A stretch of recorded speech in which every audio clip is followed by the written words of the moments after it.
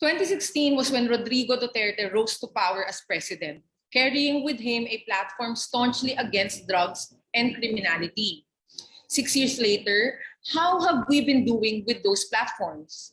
Let's examine Duterte's kamay na bakal in this episode. Let's talk about freedom, free speech, maybe a free press, in this free podcast. Kabataan, it's now time. Now, youth talk. How do I reconcile my loved one's political How do we differences? campaign in a How do pandemic? we engage our candidates? How do we What talk to if our I community? don't like my elected officials? How do you respond to respect my opinion? It is now time for the voice of the youth to be heard. Now, Youth Talk. Kabataan ang maririnig, katotohanan ang mananaig. Oras na tayo na, boto mo'y mahalaga. Kung hindi ngayon kikilos, kailan pa ba?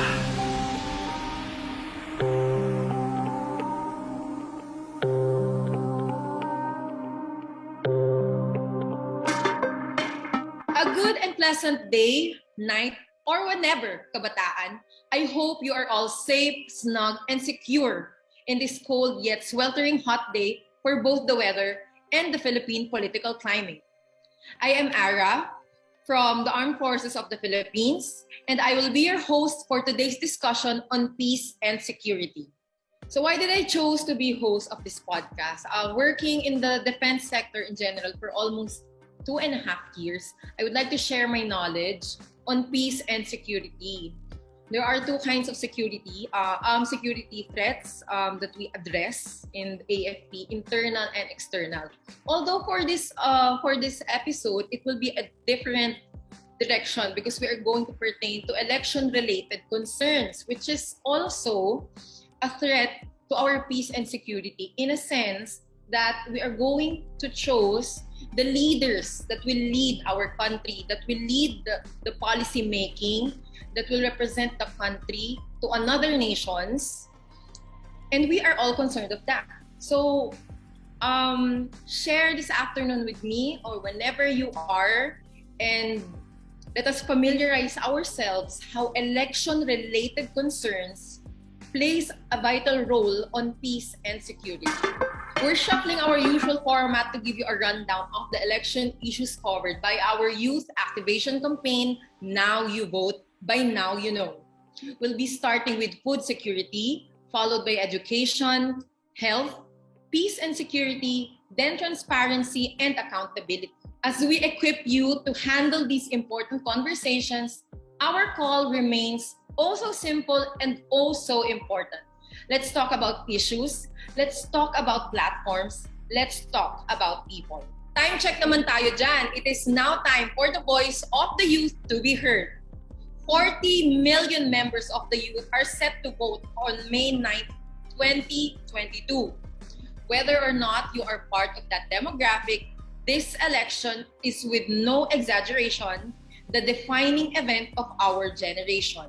That is why our call for 2022 is Kabataan ang maririnig, katotohanan ang mananaig. Change a mind today. Share this episode with your friends and family and have them take part in 2022's most important conversation. Let's lay down some groundwork first. One news reported that a Washington-based analytics company revealed at least 80% of 2,090 Filipinos felt secure based on their own experiences with crime and law enforcement.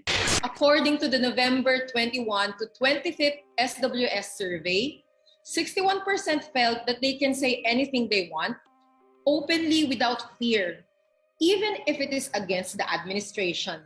The respondents for both surveys were limited and does not represent the totality of experiences by the Filipino people. From these reports alone, we are to believe that indeed, there is a general feeling of safety in the Philippines. We are at a relative time of peace, some would say. However, according to the Organization for Economic Cooperation and Development, the poor and the vulnerable groups suffer disproportionately from crime, insecurity, and fear. It should make sense how our security forces should make all our citizens feel safe. But how safe? defined by United Nations Educational, Scientific, and Cultural Organization or UNESCO as the absence of aggression, armed conflict, or the use of threat of use of force to which fundamental rights are maintained. Defined by Ananda Devi Domingo Almase, Course Director for Policy Studies and the Chief of the Research and Special Studies Division in the National Defense College of the Philippines, as the condition of being free from fear and sure of the future, not only in international relations, but also in public administration. According to Bercy International, security matters to the poor and other vulnerable groups, especially women and children, because bad policing, weak justice and penal systems, and corrupt militaries mean that they suffer disproportionately from crime, insecurity, and fear. Now we're going to be talking a lot about human rights here, and we have a very important reminder for everyone.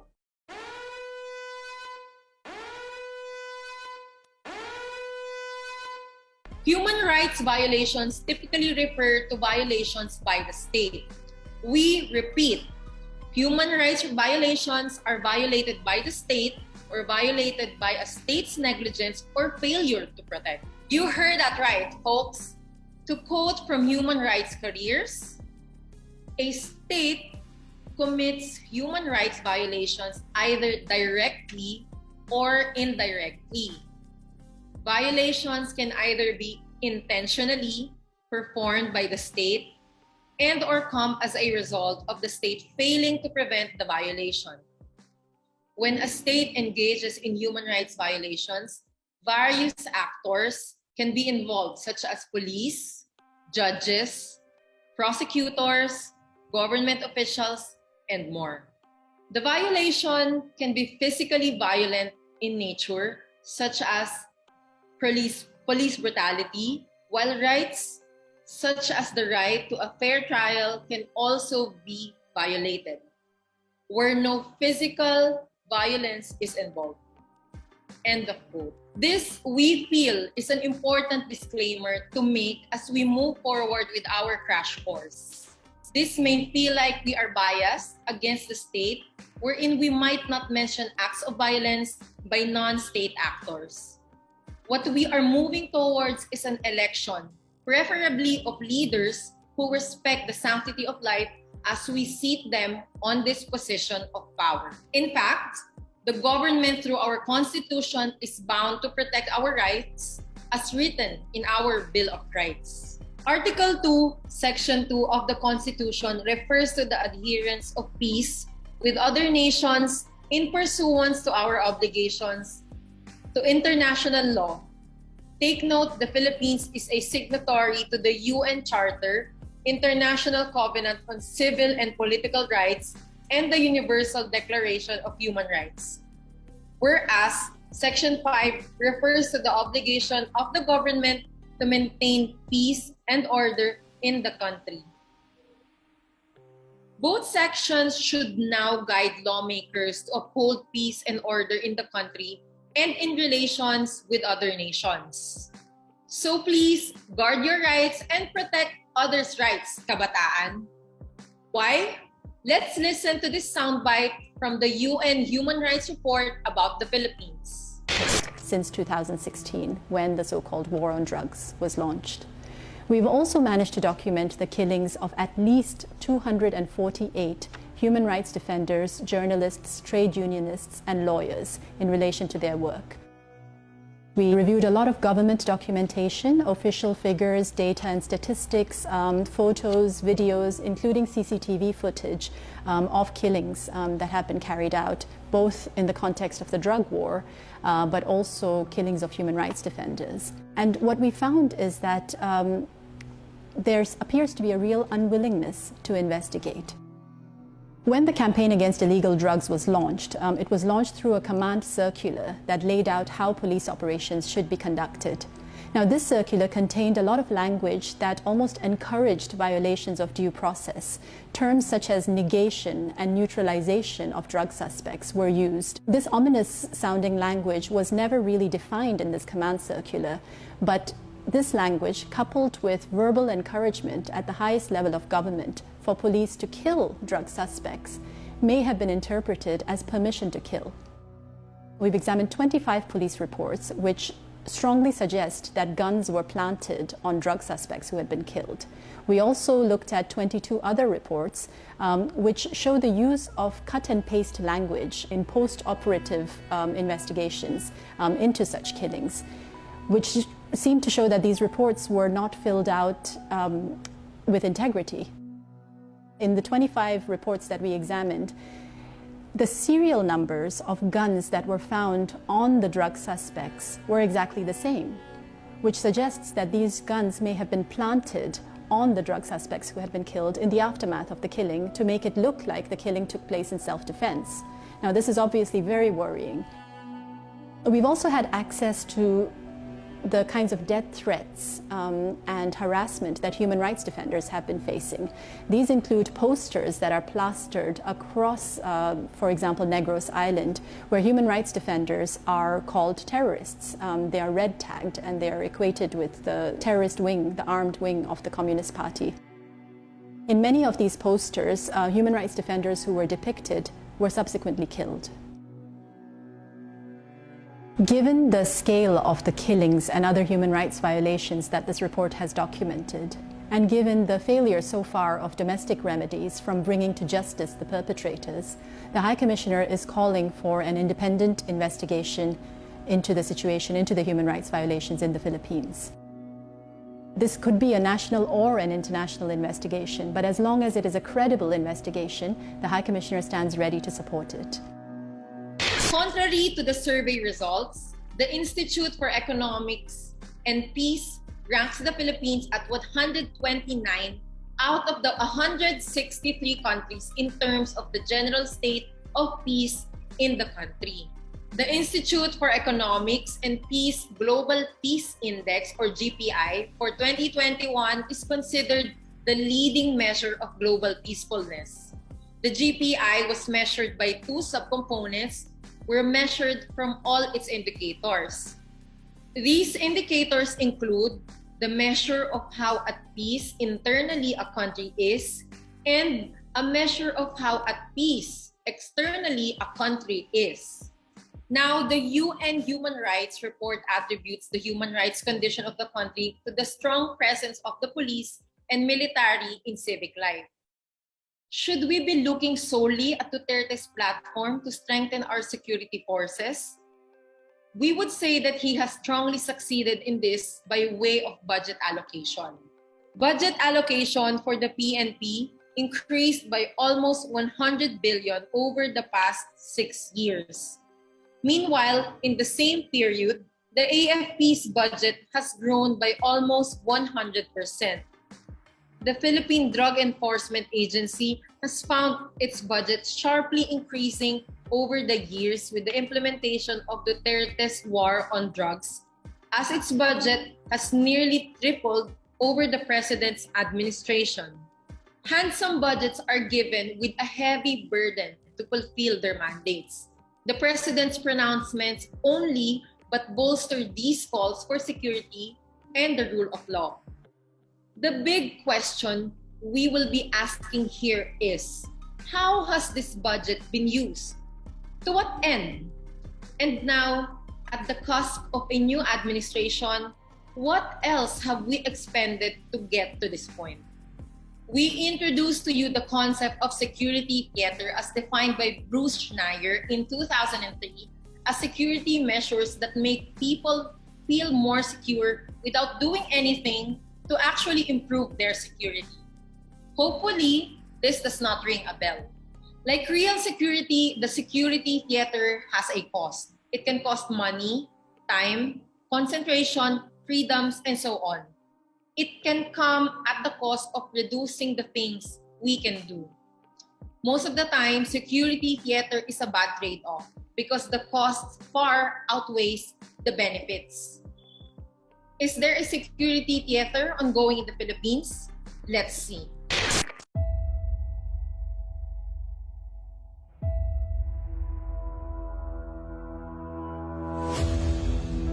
We We must have a strong republic to withstand all threats and challenges. Today's reality demands, necessitates, an armed forces that is strong. Ang gawin ko sa pera muna is I will build a credible armed forces that can fight at all fronts everywhere. I will leave the Philippines with a very strong military.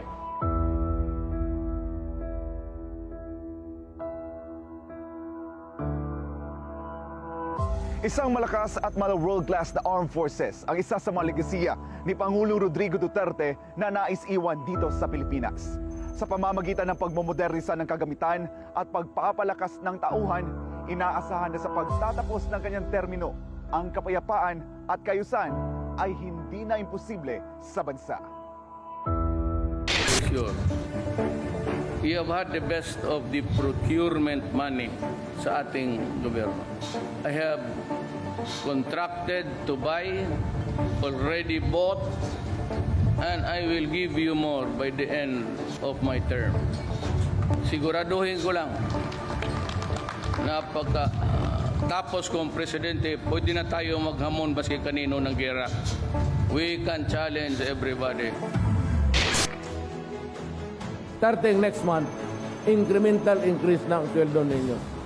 Pangako ko, dublado. You will get it. Ito ang tanda, no? I cannot make you happy. But ito ang i-guarantee ko. Remember this afternoon. I can make your lives comfortable habang hindi kayo nagtatrabaho pa tayo. These were the last few moments of Winston Ragos's life before he was shot dead by police. They say the former soldier refused to follow their orders and was threatening to shoot them, so they fired at him twice. But witnesses deny this. They say he posed no threat to anyone. His family says Ragos was suffering from post-traumatic stress disorder, and his death is a huge loss for them. He was very thoughtful, especially to his nieces and nephews. He remembered our birthdays, and he was a very generous man. Other videos that critics say show excessive use of force by police have gone viral too. Arresting you in my presence. In this one, a police officer forcefully tries to arrest a foreign national during a dispute over quarantine measures imposed by the government. Kuya, he's injured with his back! And here, another officer appears to break into a private condominium before threatening to arrest people using areas like a swimming pool. The Philippine government has placed around 50 million people under lockdown across the region of Luzon to clamp down on the spread of the coronavirus. That's nearly half of the country's population. Just a few weeks ago, President Rodrigo Duterte ordered the military and police to shoot dead anyone who creates trouble. Police have denied allegations of wrongdoing and say they have arrested more than 100,000 people since the lockdown was implemented more than a month ago. Human Rights Watch has issued a statement urging the government to investigate reports of abuses and hold officers who have committed rights violations accountable. Communities really being subjected to very harsh regulations without regard to the realities of their situation. And that is going to result in a lot of anger and frustration on the part of the communities. The government says its policies are necessary to fight the spread of the coronavirus. But people here tell us the use of what they say is a heavy-handed and violent response by police is creating fear and anxiety. Jamela Alindogan, Al Jazeera, Manila. Now, our security and defense forces are not acting spontaneously here. Campaigns against insurgency and in support of the rule of law are the roots under all these. Counterinsurgency programs have been implemented by every administration in the interest of protecting the state and the people by dealing with armed threat groups. Of recent years, these uplands use of whole of nation and people-centered approaches with equal emphasis on combat and non-combat dimensions of military operations. While military offensives take place in conflict zones, non-combatant programs such as the implementation of barangay development programs, which claim to entice combatants to lay down their arms and enter the folds of the law.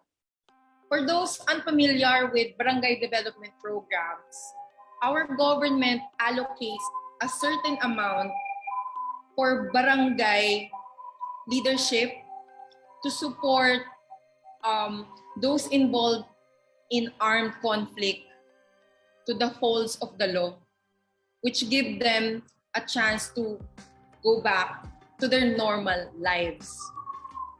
According to scholarship, these campaigns are not far-flung from counterinsurgency and war programs penned by the United States Defense Forces. Each of these campaigns left a bloody trail in their wake, with several human rights groups recording thousands of killings and forced disappearances and cases of torture. Groups have alleged the Duterte administration in its 6 years to have killed almost 23,000 people extrajudicially, with 37 people disappeared and 217 cases of torture. Marcos' 14-year dictatorship left in its wake over 70,000 illegally detained, 34,000 tortured, and 3,240 killed.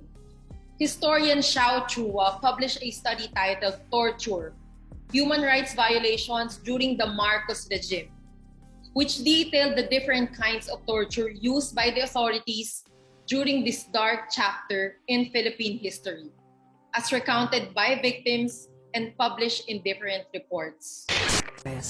Doon na ako tinorture. Kuha sila ng belt, gaganon yung belt sa'yo para masosuffocate ka. In the meantime, tanong ng tanong, no? Then there was sexual molestation, tapos they remove your clothes. And the Russian roulette nga nagkuhan. And after the Russian roulette, pinahiga na ako yung possible water cure. So, kuwan ka na nun, halos kuwan ka na, exposed ka na, katawan mo.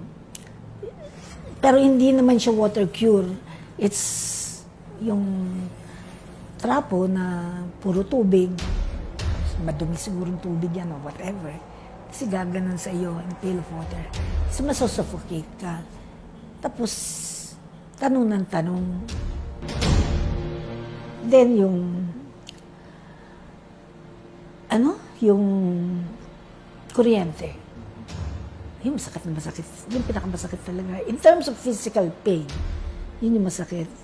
Din sa mga fingers ko at saka dito sa paanan ko. Tapos, halos ang bada ko. Yun na. Tapos, ini-increase yung voltage.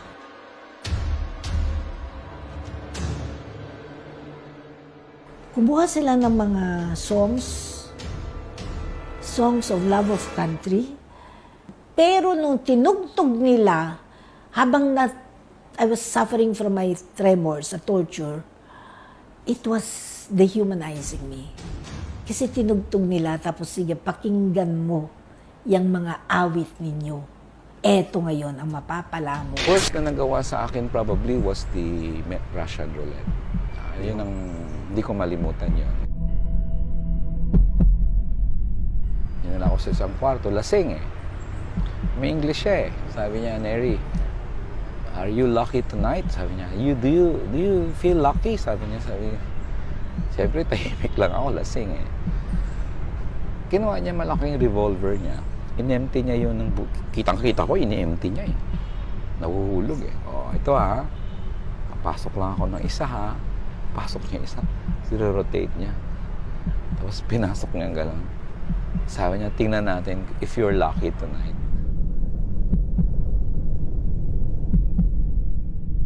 Alam mo, pag nasa loob yung barrel sa bunganga mo, ang lamig. Kasi nervyos ka na, tapos malamig na aircon. Sabi niya, sige, tingnan natin if you're lucky. Tsamba talaga yon kung mabuhay ka o hindi, di ba? So anyway. Now, let's talk about a cornerstone of the administration, the war on drugs. President Rodrigo Duterte launched his war on drugs on June 30, 2016, which is the day he took office. On March 6, 2017, he issued Executive Order Number 15 for military support for his war on drugs. In the said EO, he mentioned that it was the policy of the state and the thrust of the government to suppress drug problems in the Philippines. Said EO created the Interagency Committee on Anti-Illegal Drugs or ICAD and the Anti-Illegal Drug Task Force to suppress the drug problems in the country. The Human Rights Watch in 2017 mentioned that based on evidence they gathered, Tokhang watch lists have in fact been turned into kill lists of police. 298,348 suspects were arrested. 22,983 deaths since the war on drugs began are classified as homicides under investigation. From January 1st, 2021 to June 30, almost one suspect died every day. Contrary to the goal of eradicating high-value targets or leaders of armed units, there is a drastic difference between the HBTs arrested and the small fry targets. 245,135 small fry targets, while 9,350 high-value targets were arrested according to the 2021 PIDEA data. Former ICC prosecutor Fatou Bensouda formally requested judicial authority to proceed with a full-blown investigation of President Duterte and his drug war. She mentioned, information obtained by the prosecution suggests that state actors, primarily members of the Philippine security forces, killed thousands of suspected drug users and other civilians during official law enforcement operations. After a 3-year examination of the drug war, she said, I have determined that there is a reasonable basis to believe that the crime against humanity of murder has been committed. Naging matunog ang salitang red tagging nitong mga nakalipas na araw. Ito umano ang ginawa ng militar kina Liza Soberano, dating Miss Universe Catriona Gray, Angel Locsin at maging kay Manila Mayor Isko Moreno. Ipinaliwanag ni Professor Louie Ignacio ng UST ang ibig sabihin ng red tagging. Una, naididikit, i-associate ang gawain mo sa prinsipyo ng komunismo at komunista. Pangalawa, hindi kinakailangan na may pruweba na meron talagang association para ikaw ay ma-red tag. Itinatanggi ni Lieutenant General Antonio Parlade Jr. na ni-red tag niya sina Liza at Catriona. Pero ayon sa constitutional lawyer na si Attorney John Molo, yan mismo ang kanyang ginagawa. Nagpitawan mo na yung salita natag mo na siya, di ba? Parang nagsaboy ka ng pintura. Tapos sasabihin mo, ay, hindi ka naman namin sinabuyan ng pintura. We were just warning you na baka mapahirang ka. Ayon kay Attorney Molo, ginagawa ang red tagging upang siraan ang mga miyembro ng mga komunistang grupo na matagal ng kalaban ng gobyerno. At kapag idinikit ang pangalan ng isang tao sa grupong ito, ang mensaheng ipinaparating ay magalit kayo sa kanya. Lahat sila, pagkatapos ma-red tag si Angel Locsin, lahat sila galit na kay Angel Locsin. Ano mong babawiin nyo? Lahat na may galit sa komunista, ngayon may galit na kay Angel Locsin. Whether or not totoong komunista siya. Dahil sa social media, mas mabilis kumalat ang red tagging. At nangangamba si Molo na kapag tinadtad ng akusasyon ng isang tao dito, posibleng maniwala ang publiko. Payo ni Professor Ignacio sa mga tao, imbis na matakot sa red tagging, dapat na mas maging matapang na manindigan at magpahayag ng salita. In July 2020, Duterte declared the New People's Army or NPA a terrorist organization without following the necessary legal procedure which led to the killing of National Democratic Front, Peace, peace consultants. In July 2020, Duterte declared the New People's Army or NPA a terrorist organization without following the necessary legal procedure, which led to the killing of National Democratic Front of the Philippines or NDFP peace consultants. Defense forces, empowered by the President, have since staged an unrestrained counterinsurgency campaign against the Communist Party of the Philippines, National Democratic Front, New People's Army or CPP, NDF-NPA. This has led to the term red tagging to enter the mainstream. Red tagging is dangerous and we would never condone it. It may be carried out as part of a counterinsurgency or anti-terrorism strategy or program by any state actor, such as law enforcement agent, paramilitary, or military personnel. The interpreter mentioned that in the Philippines, a label can take your life. Accusation as a communist is a potential death sentence. Inquirer reported that over 300 activists and civilians have been killed, while over 2,500 have been illegally arrested in line with the government's counterinsurgency operations. Former Bayan Muna Party List Representative Teodoro Casino said, red tagging is guilt by association, with our accusers playing the role of judge, jury, and executioner. Ang problema po, mga hindi armadong sibilyan ang biktima dahil kami ang madaling targeting. In 2020, we also saw here the instatement of the Anti-Terrorism Act and with it, the Anti-Terrorism Council.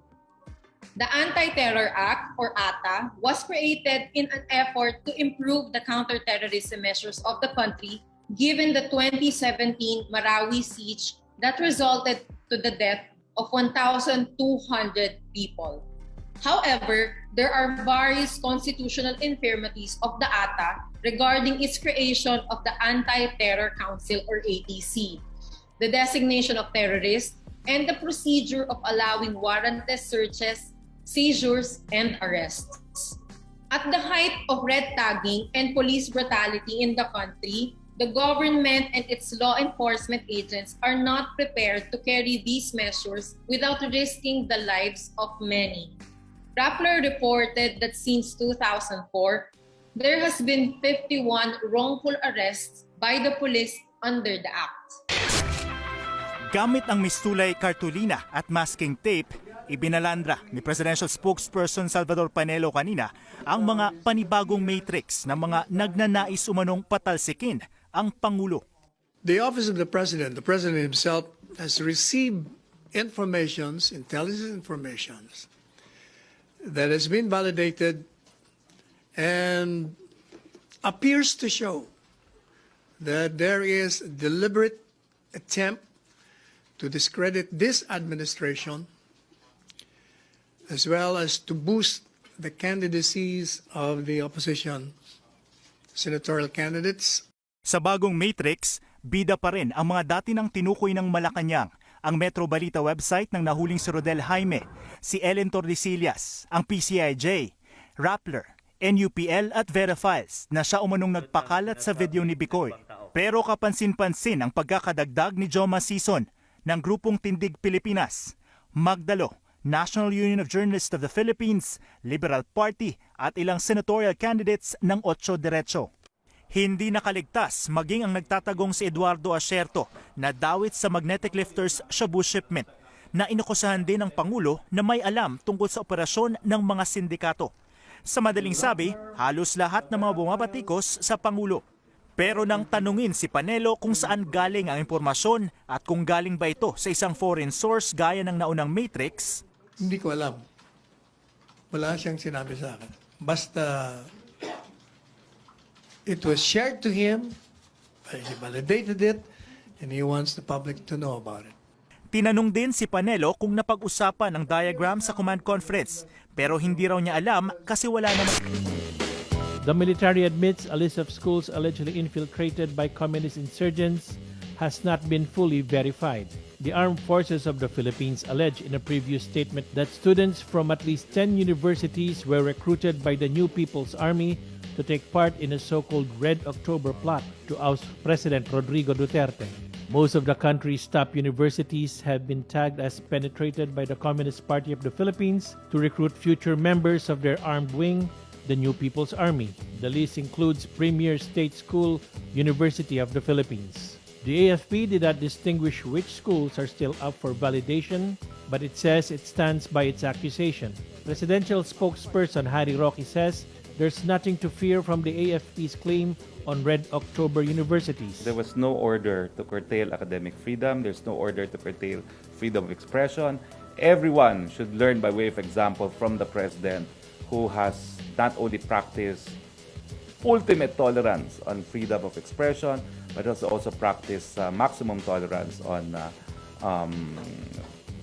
peaceful assemblies for redress of grievances. Commission on Human Rights spokesperson Jacqueline De Guia calls out the military, saying the blanket act of red tagging endangers students and may give the AFP license to arbitrarily infringe the freedom of expression, the right to petition government, as well as assembly.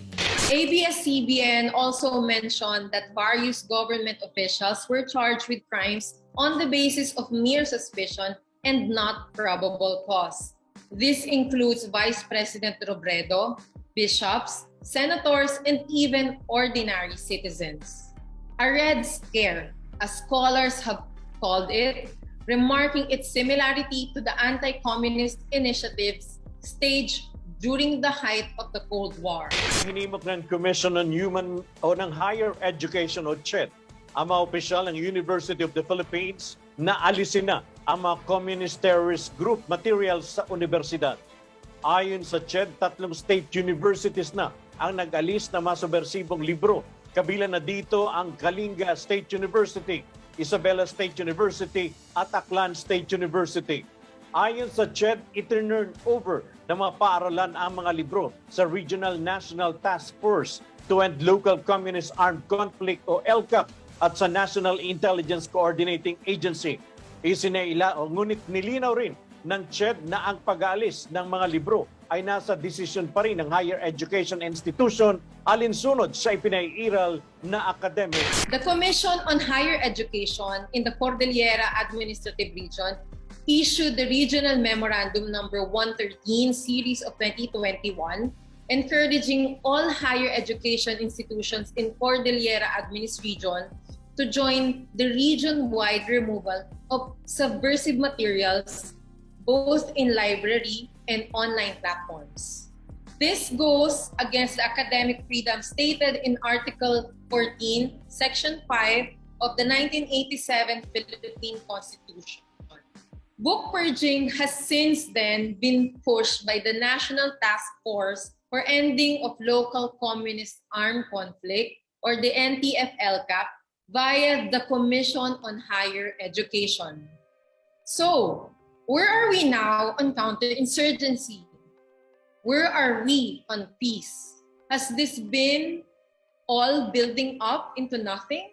Duterte's unique background of being a student of CPP founder Jose Maria Sison and a member of Kabataang Makabayan, a socialist youth organization that Sison founded, equipped him with the necessary knowledge to reach peaceful negotiations with the NPA. More than this, he was an effective Davao mayor despite the area being surrounded by NPA strongholds. However, he failed in carrying this out. The Duterte's administration approach to communist insurgency lacks a clear strategy. During the 2016 and 2017 peace talks, the government rejected NPA's request to free political prisoners, only for them to release the same in 2020. Peace talks were pursued, but the military rejected peace in blaming the NPA for killing 2 soldiers in February 2017. And Duterte even threatened to impose martial law in response to an April 2020 NPA attack on soldiers. Aside from the insurgency, the Philippine Army is also concerned with protecting our coast from foreign invaders. A remarkable case that has been in the radar for the whole administration has been our claim to the West Philippine Sea, dubbed in its new name by the past administration from its older name, the South China Sea. This more than 2-minute video taken recently from Julian Felipe Reef in the West Philippine Sea, known internationally as Whitsun Reef. This was obtained by CNN Philippines chief correspondent P. Ontiveros from a very highly placed defense source. Initially spotted a Vietnamese fishing vessel. Not far from it, a Chinese counterpart. Notably clear skies with just a few clouds indicating the weather seems to be fine in the area. Moments later, dozens and dozens of Chinese fishing vessels can be seen anchored on the northeast part of the reef. They are sitting side by side and are lined up in about 10 groups. Moving further, more Chinese fishing vessels. Here, their possessions are scattered with some still bound together. A total of about 183 Chinese vessels are seen in Julian Felipe Reef. It is a boomerang-shaped shallow coral reef located about 175 nautical miles west of Bataraza town in Palawan. It is well within the country's exclusive economic zone. Government officials believe the Chinese maritime militia are manning the vessels and want their immediate recall. China downplaying the protests, insisting that the vessels are merely taking shelter from rough seas. But Defense Chief Delphine Lorenzana questioning the sheer number of vessels in the area and why they seem to be sheltering at open sea. Lorenzana also raising suspicions on the vessels' formation, saying mooring them together at supposedly turbulent waters would actually make them collide with each other. Aside from demanding the vessel's withdrawal, experts urging the government to pursue new legal actions against China. Since China has admitted that it is conducting fishing within the Philippine EEZ without our permission, then actually what is happening is that China is sponsoring illegal, unregulated, and unreported fishing in Philippine waters.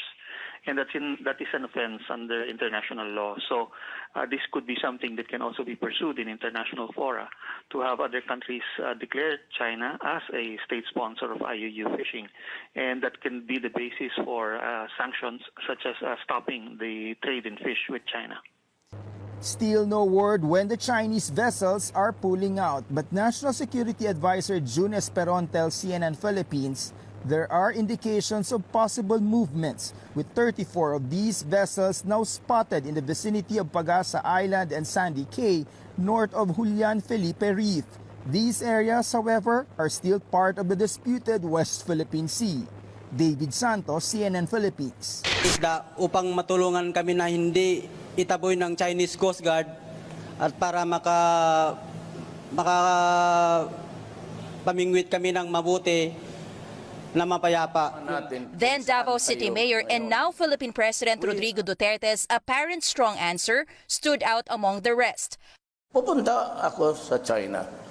Ngayon, pag ayaw nila, then I will ask the Navy to bring me to the nearest boundary dyan sa Spratly, Scarborough.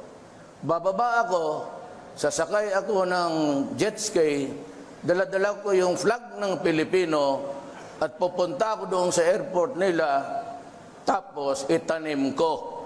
Then I would say, this is ours.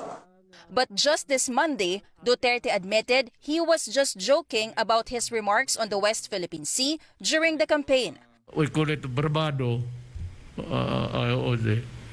Yung bravado ko, was just a pure campaign joke.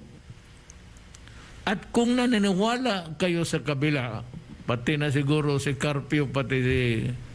I would say that you are really stupid. Now Carlo feels betrayed over Duterte's remarks, given that he voted for him in 2016. Sinungaling naman sila sa amin. Hindi naman yung tinupad yung kanya, yung sinabi niya sa amin. Dapat, hindi yung joke na sabihin niya. Gawin niya yung sinabi niya sa akin noon. Para hindi naman kami magmukhang tanga doon sa Scarborough na ganito yung ginagawa sa amin. He also denounces how Duterte regarded those who believed in his jet ski statement. Hindi ako estupidong tao. Masamang lubong namin siyempre yun ang sinabi niya, naasahan namin yun na gagawin niya. But sinabi niya yung joke-joke lang. Bakal din, sir.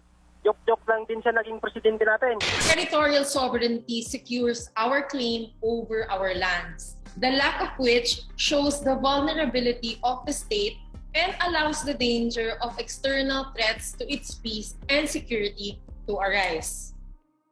The feud over the domains in the West Philippine Sea and in specific Scarborough Shoal has affected many Filipino fishermen.